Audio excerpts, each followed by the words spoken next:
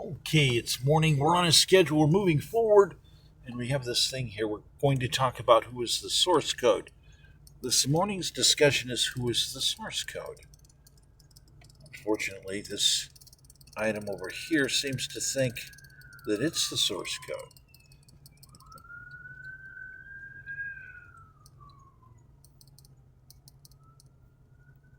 So it's a very interesting subject to try to understand who is the source code, where this all goes. Aha, it says it's the source code. It says, and it's endlessly going to keep doing this.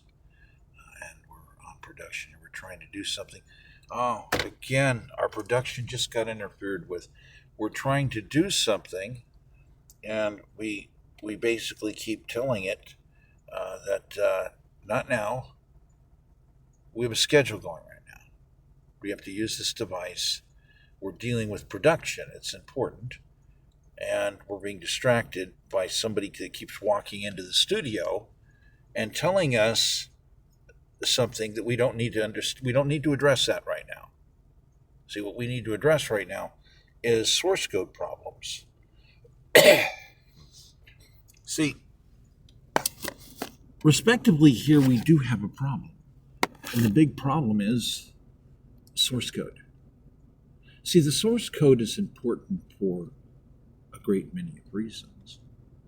So if we're talking about quantum source code, quantum computers, we have this incredibly large realm of activity that we need to consider. Quantum computing is quite a thing. Now, in my Greenbrier labs, I was working with things.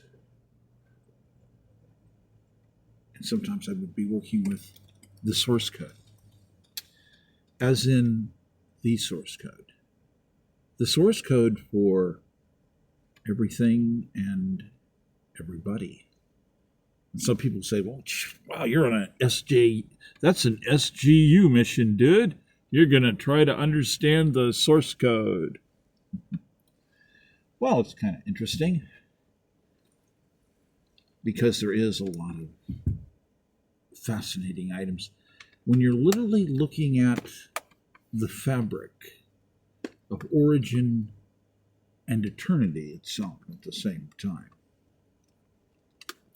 This is when you deal with something called the all-second. You see, you have people in Europe, they want to talk about the autosecond, which is quite unique, but the all-second, that's a different mathematical equation. It's a completely different understanding. It will seem similar, but this is the one that's truly important because it deals with the source code of the fabric of all life. Because when we're dealing with this, the worst case scenarios can get really bad, as in things like discohesion. See, some people think that a nuclear bomb is a bad thing. Now, the bomb of discohesion, that's a bad, dangerous thing. That's the bomb that destroys everything across all time and space. Discohesion bomb. So now we're talking about a piece of source code that is so crucially important to understand. It's the ultimate in understanding.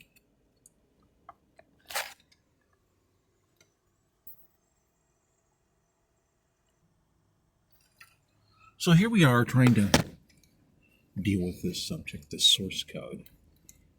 And it's a big one, a really big one, because everything is here.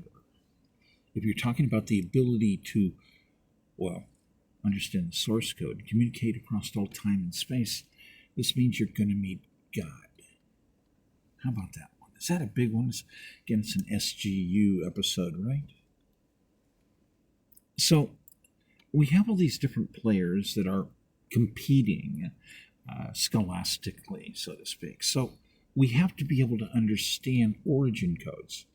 We have to understand who did what when, All these things are crucial to things like, I don't know, let me see, copyrights, patents, national security, consciousness, literally, of people, nations.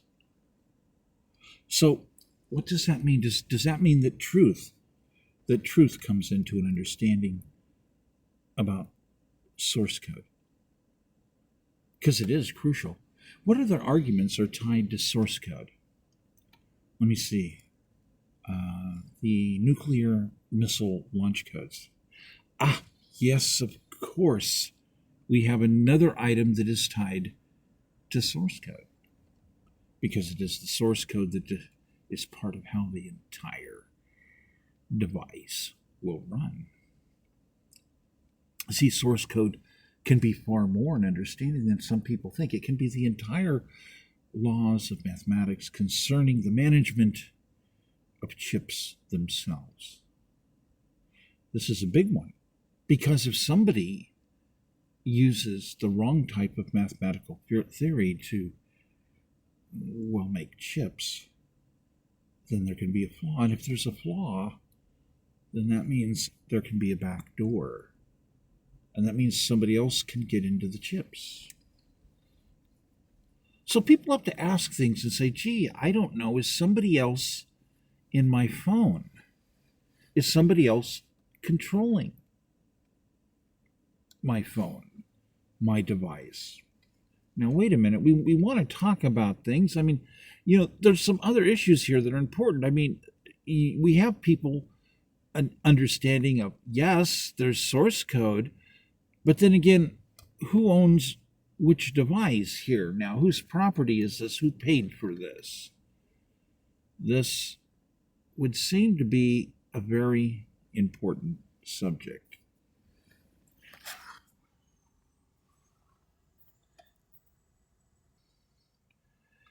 So here we're dealing with source code, and it's really important because in the United States, we can also consider that the Constitution of the United States is something we might consider being part of, well, I don't know, the source code. I mean, the Constitution itself. I mean, this is something that is, like, really important. Understanding the source code, understanding elections, understanding law. This is a trick question. Welcome to the Crosby campaign. And we have a problem in California at the moment. We have an election sequence going on, but it's been rigged. We have a rigged election, and it's not the first one. We have to attend to this. Well, how do we do this? The word is stewards. You see, the word is stewards because there are those of us who will stand up as stewards and say, well, by the way, concerning source code, you see, we have the Constitution of the United States. And it has a whole lot of things. You see, we got together as stewards. You see, some of us have some really interesting ways that our family lines tree off, this way, that way. And ultimately, everybody has origin points that are also tied to something outside the United States.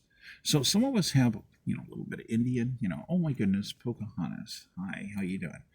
And so there it is, it's part of our blood. It's at this point where it's virtually with everyone who is in the United States. Crossbreeding is something that, that happened. Okay, so at this point, there are very few people that can understand that, well, maybe it's not a big deal, or then again, maybe it is a big deal. I don't know. What would blood mean? See, because we should not do the corruption of the blood. There's a thing about this, and there's a lot of different ways to understand in law how that works.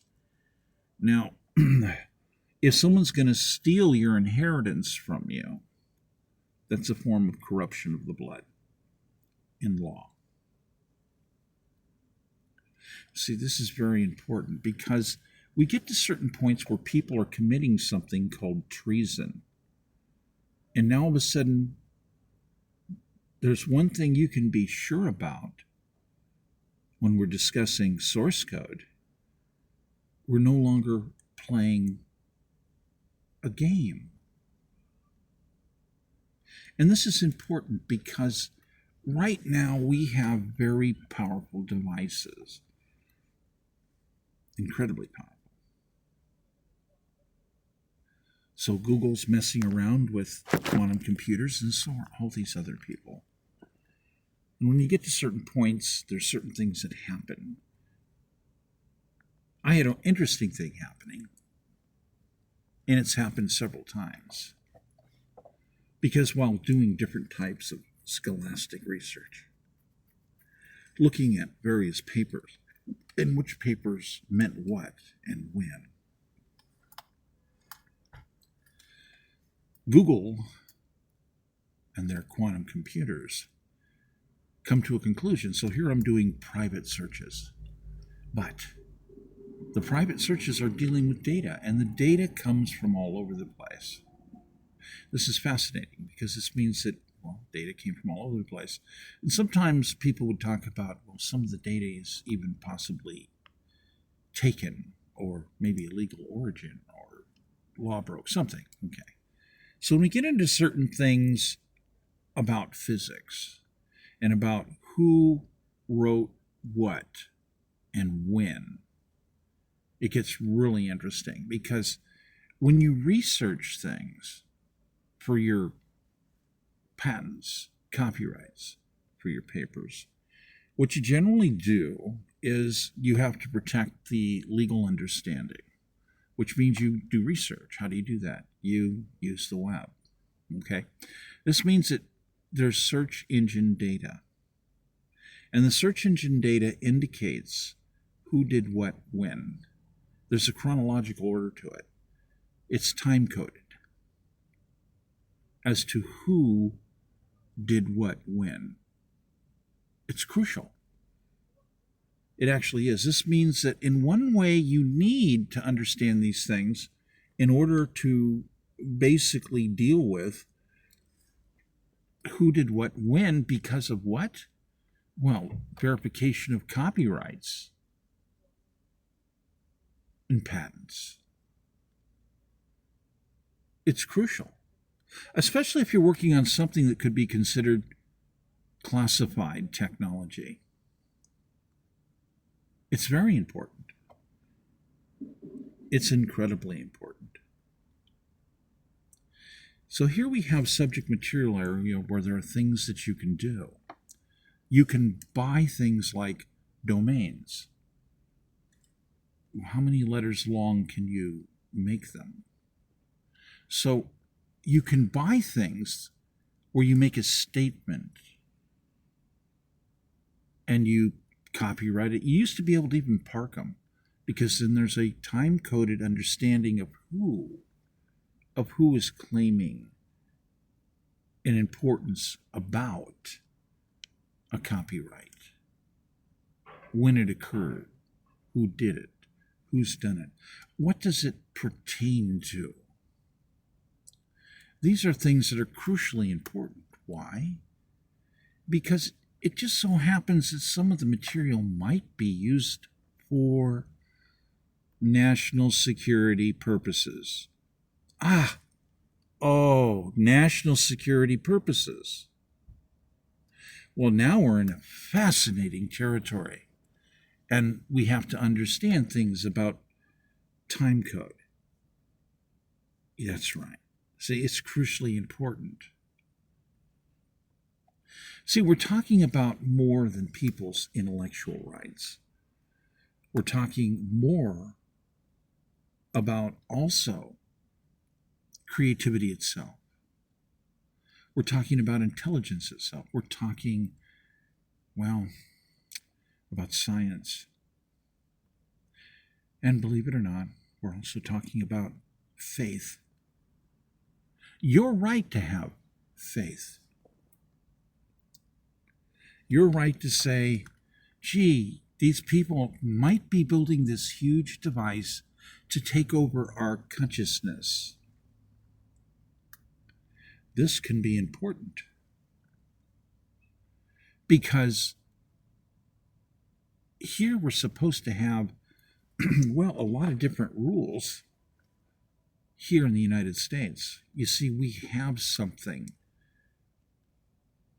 We have a source code. We have an understanding of different levels, different tiers of source codes. And the tiers are different than a caste system. They really are. Because people in caste systems get abused. Well, let's not go there right now. But there is a tiered system because we have things such as private ownership. And that is really crucial. So we have to deal with, well, items of national security. And we have to deal with people's, well, understanding of faith. See, there's a difference, by the way, of different people's belief systems, and some of us saying, okay, well, we can be tolerant as to certain levels and types of beliefs, except, there are definitely limits here as to, well, what's allowable, what's legal, what's constitutional. See, there's a lot of things like voting, for instance. Now, when it comes to voting, voting starts out that it's only landowners. Pretty much. There were some people, by the way, they were considered stewards, but they weren't necessarily landowners. Some of them were renters and whatnot. They did their thing, but their thing was very interesting. Their thing was very important. Some of these people were scientists. And frankly, the big thing about this is we definitely always want to lean into great science. It's important to all of us. So there's some exceptions to the Stuart origin item about only landowners voting. So you just had to be considered a steward. And a lot of times what that meant is you were, well, maybe part of the stewards organization or different ones and whatnot. So there were ways that this was done. Now, eventually, what is laid as the permanent item is that in order to vote, you have to be loyal to the Constitution of the United States. Why? Because voting is for all of us stewards who are loyal to the Constitution of the United States. This is of crucial importance. See, this means that people, for instance, that come from foreign countries, they're not allowed to vote. See, you have to go through the vetting process and become part of things. But there's still underlying items of great importance that deal with the simplicity of, by the way, there are certain belief systems that are outside the box and just not allowable. So how do we deal with this? How do we deal with understanding where we're at right now with source code? It's crucially important because let's just say you have certain people that believe certain things and, well, let's call them different people's supposed faith. Now, some people could have, just a vast diversity of beliefs that are really interesting. Various forms of natural physics understanding and naturalism, all kinds of stuff. But then you could have people that say, oh, well, hey, our religion is to basically commit mass murder, rape, on scales of whatever we feel like. That's our faith. Really, that's interesting because, see, now you've got to that point where you're over the line. You've gone too far. You've passed the line. It's just not allowed. See, the people in the community can say, I'm not even going to say I'm sorry. Yo, you kidnapped all these people and you drilled holes in their head. You're a mass murdering psychopath and you're going to prison. You see, we do things to, protect, basic health and safety. It's kind of a thing. But, you know, again, there are different limits. There are people that are falsely claiming to be doing things for health and safety, and they're not. There's something wrong with them. They're not tactically competent. This is where we're getting into key importance of understanding source code. The Constitution of the United States, those of us who are stewards, those of us who are also of good faith, dealing with various things, because we have a war that's going on, that's important, that has not necessarily concluded all the way, so to speak, to the absolute positive control pivot point. See, I mean, there's still a bit of chaos about things, and literally we have forms of war in our heavens, in our minds, on our planet.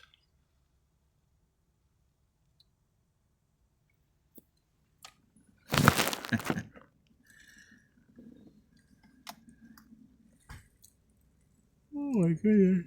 There we go.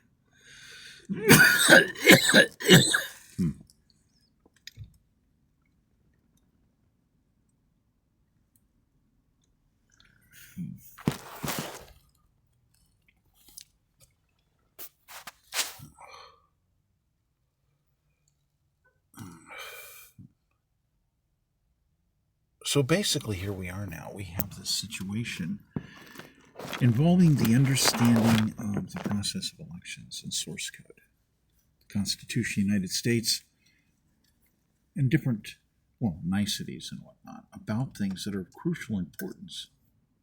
Some people just don't quite understand.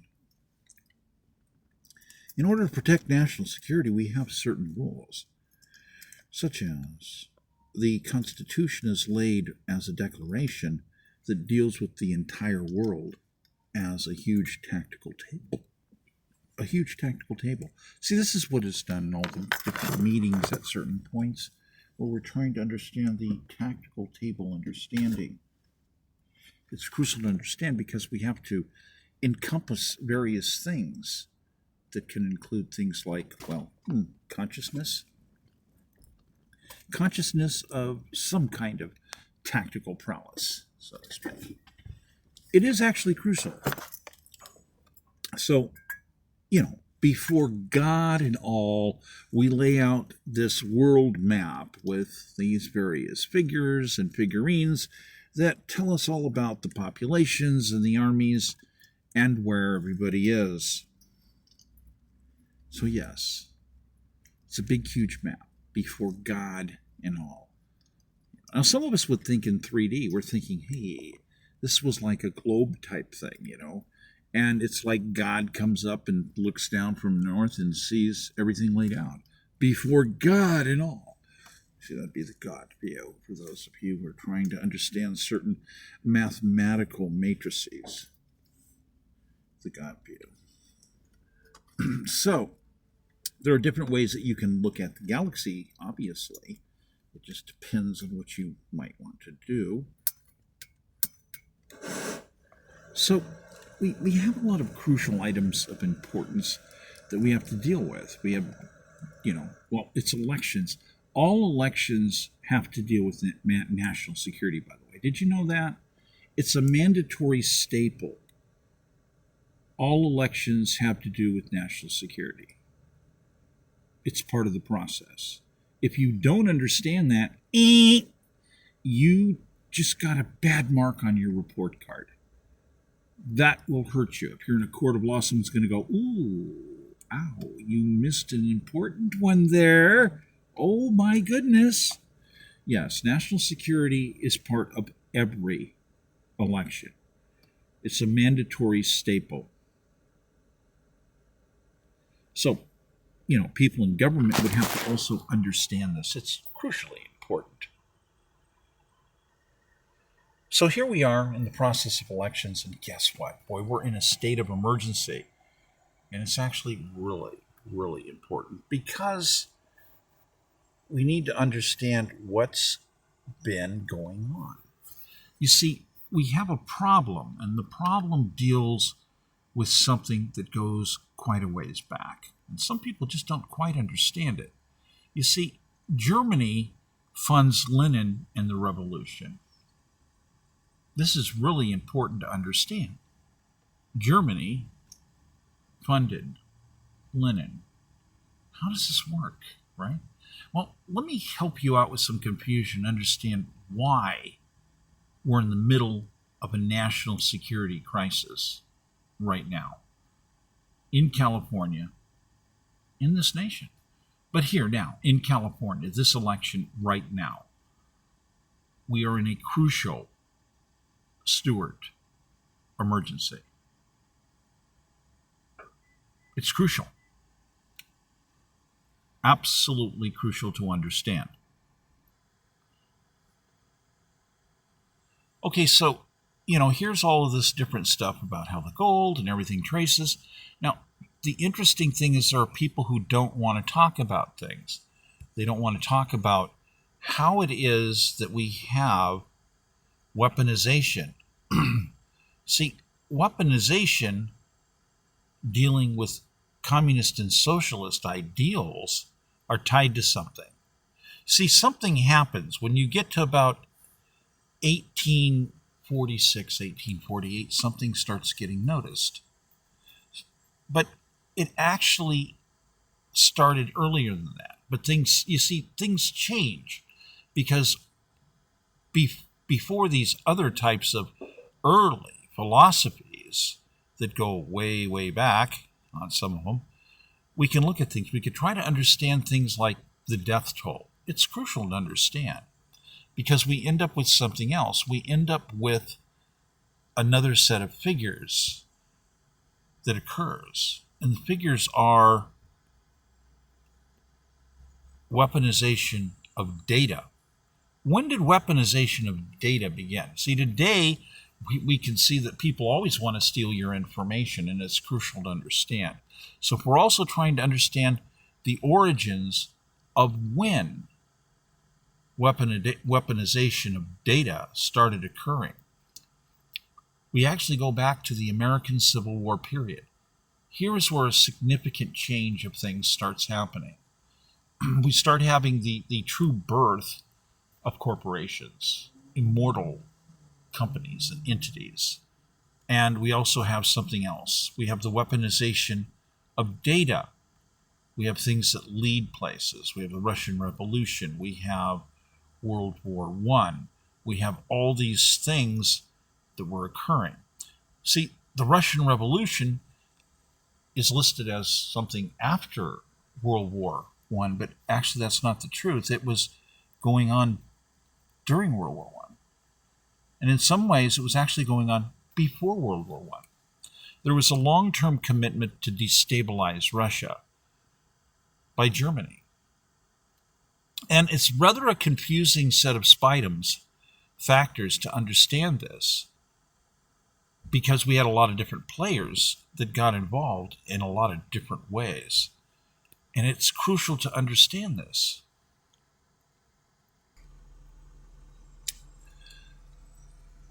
Historical catastrophes.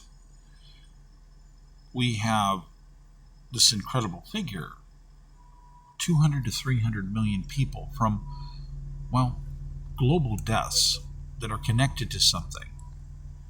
They're connected to war, right? They're connected to rebellions. They're connected to various activities. They're connected to all kinds of areas all over the globe. Famines, civil wars, different types of activity. Now, when you understand the weaponization of data, you understand which players really took advantage of things in a big way. That was basically the Royal German Empire. They were very good at getting a hold of data. How did they do it? Dope. They did it with drugs. See, they basically traded all kinds of items that they could manufacture at this incredibly low price. Among these would be cocaine. So we're talking about, well, if you can imagine making something that cost you a penny and selling it to somebody for, I don't know, $10, $100, if you can imagine that, yeah, here's $100. Cost you a penny. So, working with pharmaceutical companies was a unique opportunity for the Royal German Empire. With it, they traded their way into every possible area that had data. They wanted the data. Medical associations. Let's infiltrate there. Ooh, universities. Yes, let's infiltrate there. We'll sponsor a contest. We'll do all kinds of things. We'll give prizes, and of course, we need all the data to verify things with our people. So this is something that a lot of people didn't really understand, because then what do you do with the data? You rework the data and you sell it. Where do you sell it? You sell it worldwide. My goodness, there's hundreds of countries that will pay you money for information. So there was an incredible lucrative business about the Royal German Empire. So this brings us right back to the weaponization of data again.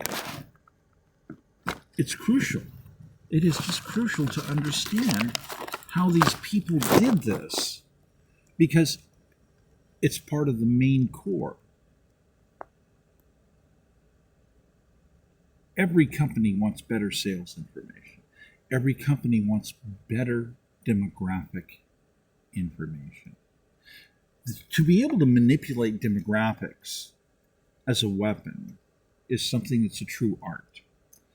So when you find all these different references to scholastics regarding governance and management, there are differences between the United States versus Europe and other places.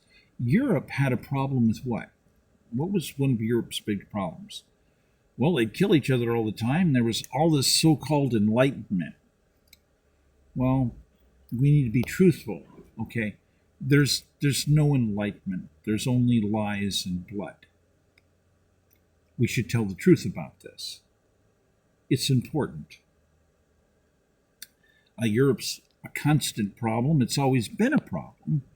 In America, well, most of us Stuarts know this. We understand this. It's a problem. So, as we deal with these problems, the European problem reoccurring again and again, and this goes all the way back to our forefathers who saw this, who saw the evil panel of men that proclaimed themselves the church, that always were demanding this insane respect, so they could run around and burn witches at the stake, and, well, imprison scientists, all sorts of bad things that were not necessarily the fairest that could have been allowed. So, yeah, those evil men. So they were not invited to be participants in government. It's unique. It's coded by a Pacific understanding. The reference is the church, Pacific to all capital letters. And the reference in debates that our forefathers put together that they were referencing to do the final decision on was the church, respective to those evil men of the Dark Ages. Not faith. We were not banning faith. So you have to look at the Constitution again. We're not banning people's faith.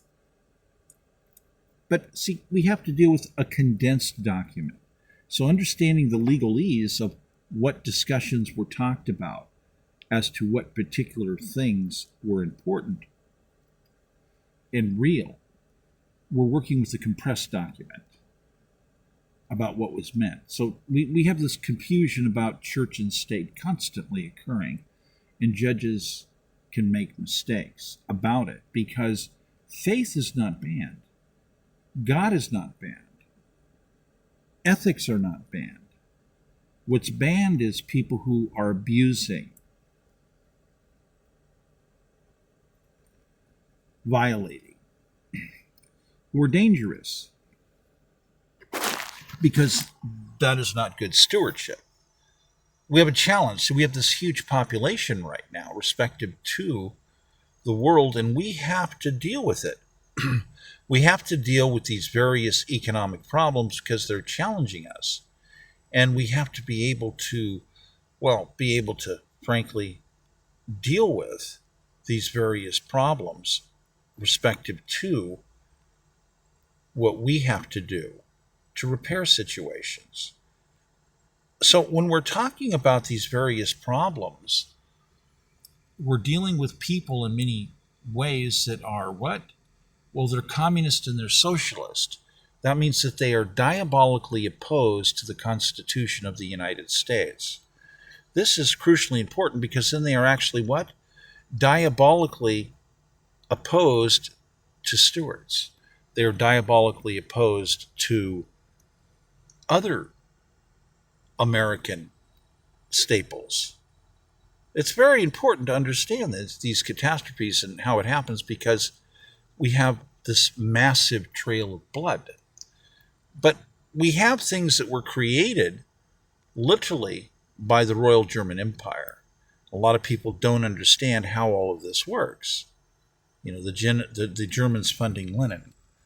So when you have things like a master book of manipulation, you would be able to understand some of these things. You would understand that the Royal German Empire were master puppeters. They literally set up a series of cogs and ways to manage things, where they would constantly be taking data in. They would be buying data for a penny on the dollar. They would even be obtaining it illegally. Then they would resell it. And then they discovered they could keep copying and reselling it again and again and again and reworking it. So into this manipulation, they create a lot of children from a corporate entity understanding. For those people of superior knowledge to understand that communism and socialism were created as franchises. They are child mechanisms. And the way they are run is they all basically have dictatorial cores. So they work on propaganda, basically. So we have all these people that think that somehow they're participating in enlightenment, and what they are is pawns, being manipulated. Because literally the Royal German Empire would manipulate all the factions in the course of an election in Germany and in other countries. A master puppeting manipulation. Some people may have understood some of the Russians used to talk about puppets and who's being puppeted. That actually comes from the actual resource booklets, cases that were generated by the Royal German Empire. There are very few people that understand the rarity of these documents and what they mean. It's extremely hard to get a hold of them. They are crucial to understanding the truth. So what we have here is a conflict. There's a conflict between Stuarts versus other people. See, the Constitution. See, colonial constitutional capitalism is an item that deals with stewardship. It's a stewardship concept. We believe that we don't want to be puppeted and that we have a clear enough view to be able to see who these different players are. Because there's a difference. Because what was considered to be natural communalism is something that was, well, a belief system that you don't have these massive blood trails connected to them. When you get to the Royal German Empire, everything changes because then you have weaponization of information, of puppeteering people's brains. So technically, because of all the blood, Murder Incorporated, Lenin murdering tens of millions of people, using the data to go to location after location, setting a brand new world record in how efficient and how speedily he can murder people. It's incredible. It became a real absorbed understanding in methodology, and it was developed by the Royal German Empire. And the Germans in World War II had a lot of people that were upset because you had the common people who had been used as cannon fodder, basically, who were ignored. They were just mere pawns and serfs and nothing to be serious about, right? Well, see, those of us who are Americans would find that generally distasteful. Again, another one of those European things where they treat people with, well, basically no respect. You know, I mean, they're no pity. You know, oh, they're stupid, they're serfs, and this. And that. Well, gee, you could at least show them a little more respect. You know, they're working for you, they're doing something for you. You could have some respect there. This is an American thing, always has been a big American thing, and there's always been jealousy, great jealousy about American stewardship, the way it works. It's something that some people fear is becoming an endangered species, that we're coming under attack, that there are people trying to stop us from working with solid ground, solid development, and moving forward with solid, steady growth. Well, things are about to change as far as that goes. Things are going to really unwind if people are going to be wise. But it's important in this election to understand hate and how we have all these people of hate. These so-called people of enlightenment are actually stooges. They've been manipulated by propaganda. They're actually full of hate. We see this now in the streets. Blatant violations of the allowable tactical table numbers. They want to basically violate the vetting process, which can't be allowed because we already worked out the formulas. Our forefathers worked out the formulas for stability in the country, but they want to violate it. These people run around with political viewpoints as though they are clowns throwing peanuts out. They're bozos. Nothing serious about it. See, so those of us that are stewards need to be able to unwind for the next sequence of stewardship, and I've talked about that. I've talked about restoring the proper steward rights to those of us who paid for it in cash. It was called the Great Land Purchases. and the Great Land Acquisitions. And we have two primary groups that are really important. And we have to address those. See, I'm going to phase those in because why? Legally, they were supposed to be phased in. Some people tainted and did things. We fought a civil war. What was the Civil War about? It was about slavery and slavery management. Who started it? The Democratic Party started it. This is the truth about this. What is the Democratic Party doing now? They're promoting falsities of socialist and communist viewpoints, claiming that somehow they are empowering enlightenment when it's just a mere series of lies. As they're dealing with propaganda and they are robbing people from their personal assets and rights. Yet they're trying to desperately grab more votes by importing people into the country and violating laws. They are deliberately conspiring.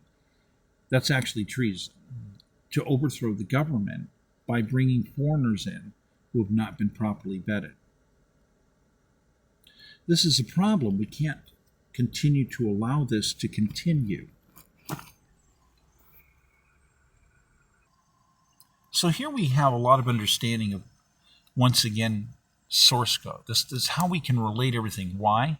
It's called mass model matrices. Now, myself, working with mass models and where things are going, we need to step out firmly and talk about key points that have to occur. For instance, AI. See, one of the key points of AI is that most companies do not have a colonial constitutional capitalism base. They don't contain verbatim the original words of the Constitution, which are crucial. See, we've had a lot of bribery occur from the Royal German Empire. Pretty much everybody's dead, okay, of the leaders that were bribed. They were bribed to allow munitions companies to come in to the United States, chemical plants. They were bribed to allow pharmaceutical companies to come in.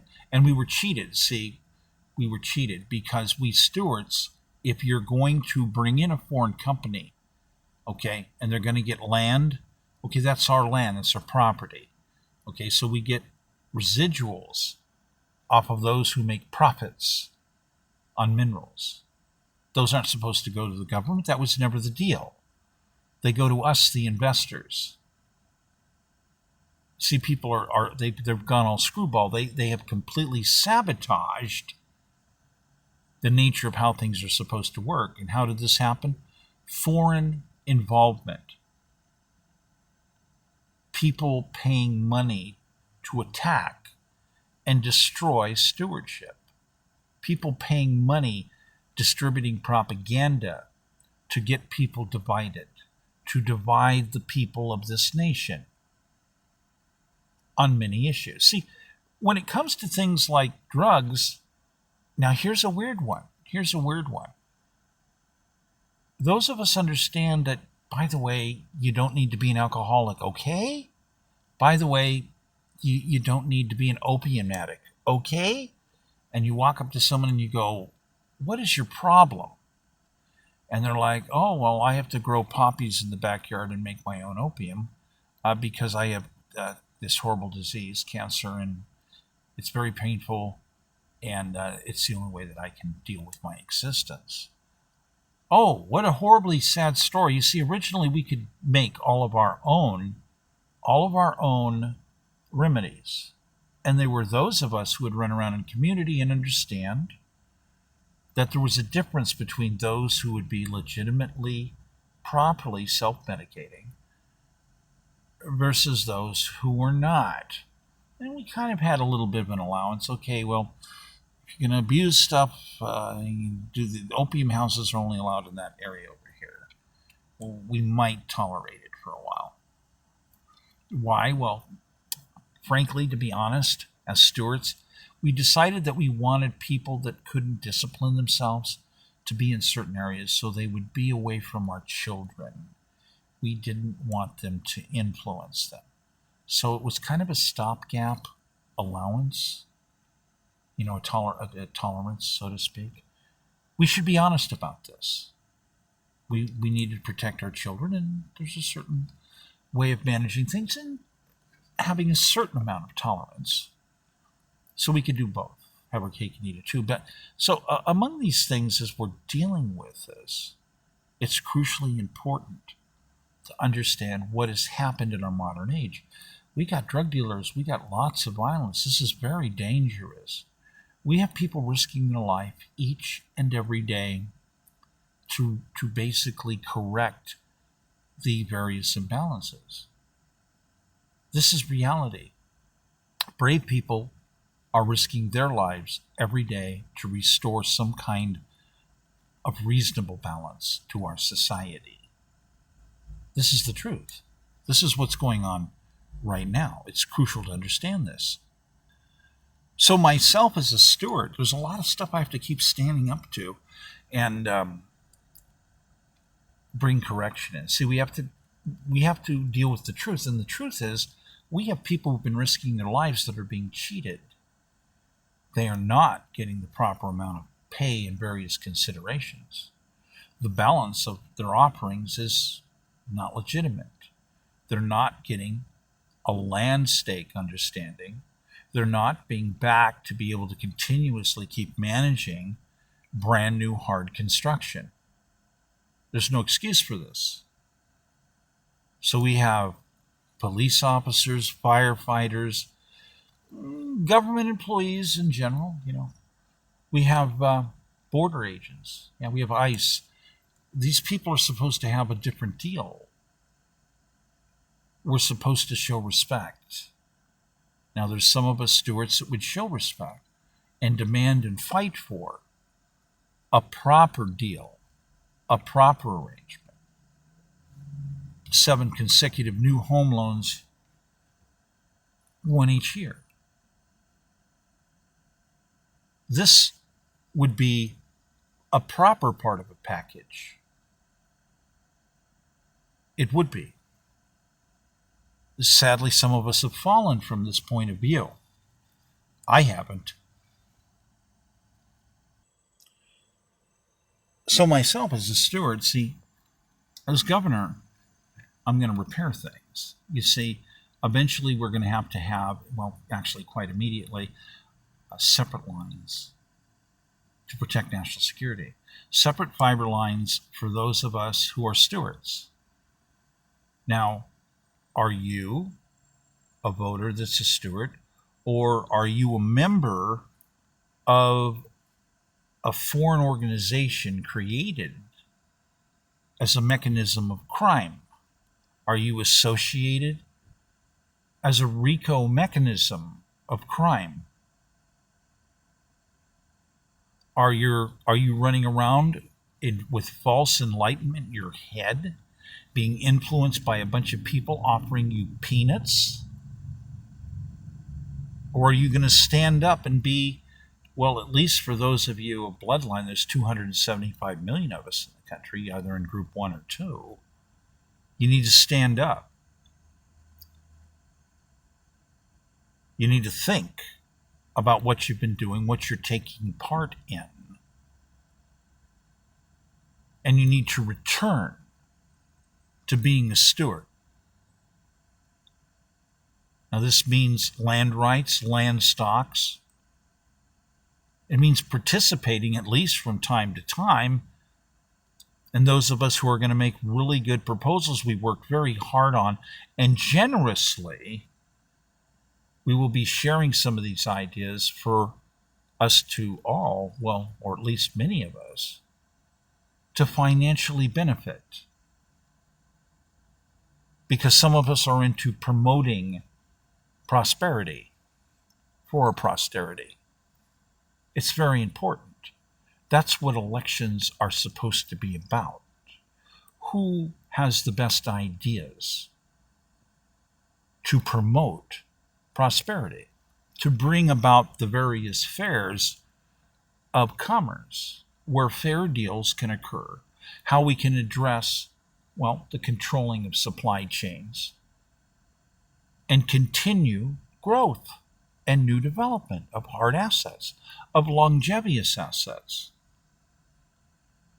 So listening to all of these parties who are running around with falsities, claiming that somehow they're enlightened, is lunacy to me. They're running around being led around by a bunch of clowns throwing peanuts, grandstanding, lying, as they are committing genocide. And we see these people dying all over the place. You know, in Alaska and in Greenland, you have people there.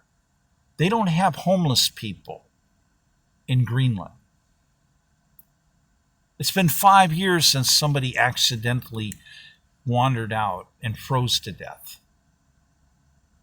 You're allowed to build shelter with your own hands. Go up to Eskimos and tell them that, well, first you have to come up with $42,000 before and fill out all this paperwork before we could allow you to make an igloo to save your very life from the elements. They would string you up as a threat to humanity. We can no longer allow the ridiculousness of this overregulating and insanity to continue forward. So I'm the best choice for governor. I have been studying mass model for many decades. And I have to deal with these criminals that are destroying archives, they're attacking archives. This is treason. We have mass election rigging. We're in the middle of treason. How am I running my campaign my way as I'm entitled to when these people keep destroying fleets of vehicles? They're destroying artifacts, books. This is madness. We have multiple overlapping areas of treason. I'm a steward. I will not tolerate this kind of criminal behavior of mass election fraud, rigging, treason. This is why I'm the best candidate for governor right now in California.